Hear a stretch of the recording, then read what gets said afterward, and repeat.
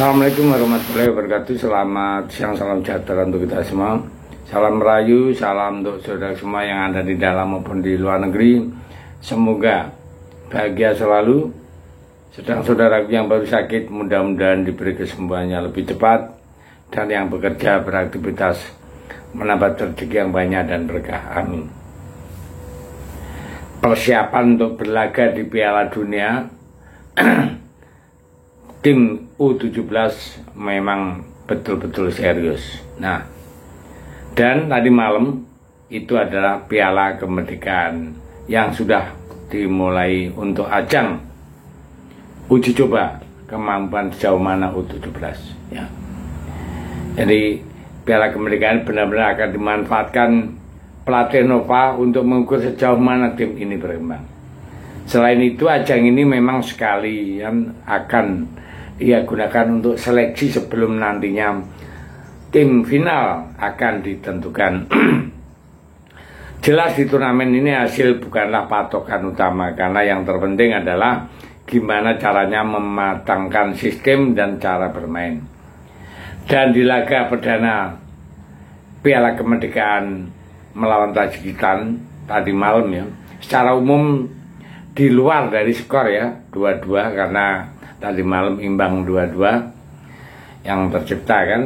Tim U17 sudah memiliki progres yang bagus, dari mana saat main di Piala Asia ya, artinya dibandingkan di Piala Asia kemarin, ini ada perkembangan yang cukup signifikan. Dimana yang paling mencolok tentu saja kondisi fisik pemain yang terlihat makin kekar, sehingga ketika duel 1 lawan 1 nggak lagi mudah terlempar ya. Hal yang pastinya wajib mendapatkan apresiasi, dan itulah yang kemudian diketahui membuat pelatih Tajikistan penasaran dengan metode latihan fisik pelatih Nova yang kita tahu benar-benar keras ala semi militer. Meskipun begitu masih terdapat beberapa catatan yang bisa ditingkatkan, karena pada akhirnya Indonesia akan bertanding di tingkat dunia, bukan lagi Asia, apalagi ASEAN. Jadi itu adalah gambaran ya, kalau kita lihat tadi malam memang cukup menjanjikan. Jadi Piala Kemerdekaan tahun 2025 resmi bergulir dengan pertandingan pertama adalah Mali yang dari Afrika, yang sukses mencukur habis juara Piala Asia Uzbekistan dengan skor 5-1. Bayangkan aja, Uzbekistan yang kuat begitu digasak Mali 5-1. Tentu saja ini menjadi bukti kalau level dunia memang seberat itu ya. Dan ini juga menjadi salah satu alasan mengapa Coach Nova benar-benar ingin membuka mata para pemain kalau tingkat dunia itu 2 level lebih susah dibandingkan saat Piala Asia ya. Indonesia sendiri bermain melawan Tajikistan yang juga salah satu peserta Piala Dunia U17 besok. Dan di pertandingan ini pelatih Nova sepertinya memang ingin mematenkan dulu ya, tim ini mau main seperti apa ya. Terlihat jelas kalau Coach Nova sangat fokus pada sistem transisi dan model defense, yang mana pastinya itu butuh ya ketelitian ya, yang sangat keras serta dibutuhkan tenaga super besar. Di babak pertama ya,